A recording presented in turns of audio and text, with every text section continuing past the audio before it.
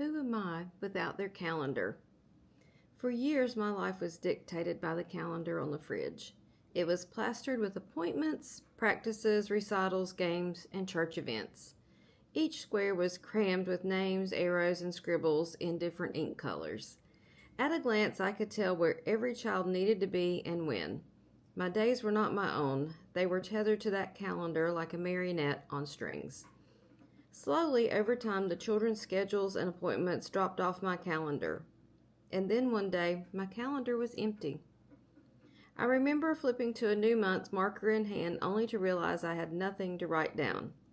No orthodontist appointments, no permission slips, no soccer tournaments out of town. Just blank squares stretching across the page, white and silent. I sat there a long time, pen hovering, feeling both freedom and fear. For decades, the busyness had defined me. Without it, who was I? It's a strange thing losing the noise. When the house first quieted, I thought I'd fill the silence easily. More time to read, more time to rest, more time for myself. But what I discovered is that when your identity has been wrapped so tightly in caring for others, silence doesn't feel restful at first. It feels empty. I'd wake up in the morning and instinctively wonder which kid needed breakfast or a ride to school. The answer, of course, was none of them. They were gone, making their own breakfasts, driving their own cars, living their own lives. I was left standing in a kitchen where the coffee pot burbled for just one cup, maybe two. That absence forced me to ask a question I hadn't considered in years. Who am I without their calendar? For so long, motherhood had been my title, my purpose, my reason for every plan and every decision. I was the one who kept everyone on track, the hub of the wheel. Without that job, I felt a little like a retired athlete, still carrying the muscles and instincts, but no longer called into the game. Some days I found myself wandering the grocery store aisle, confused about what to buy.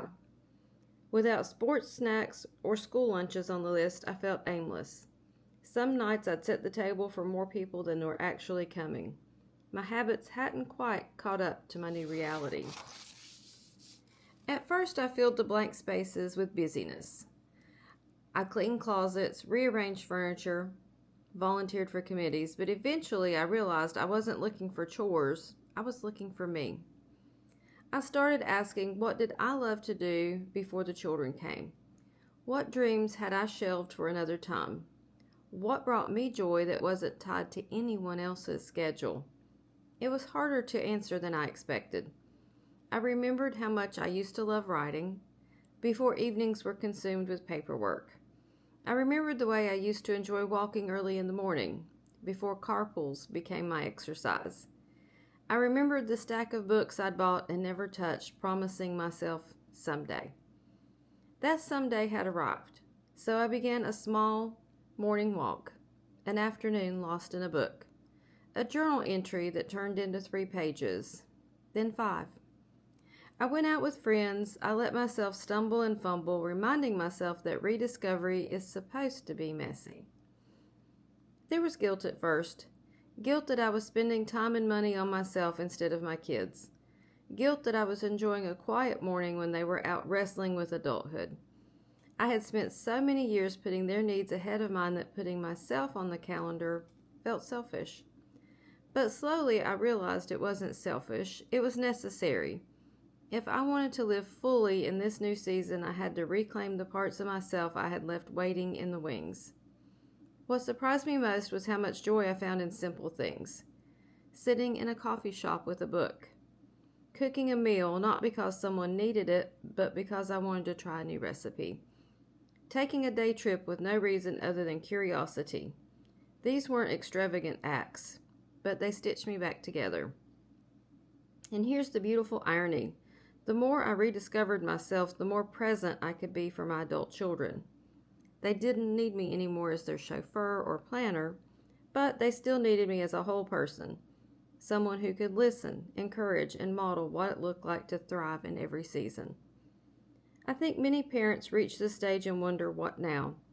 Some cling tightly to their children's lives, trying to stay busy by inserting themselves into every detail.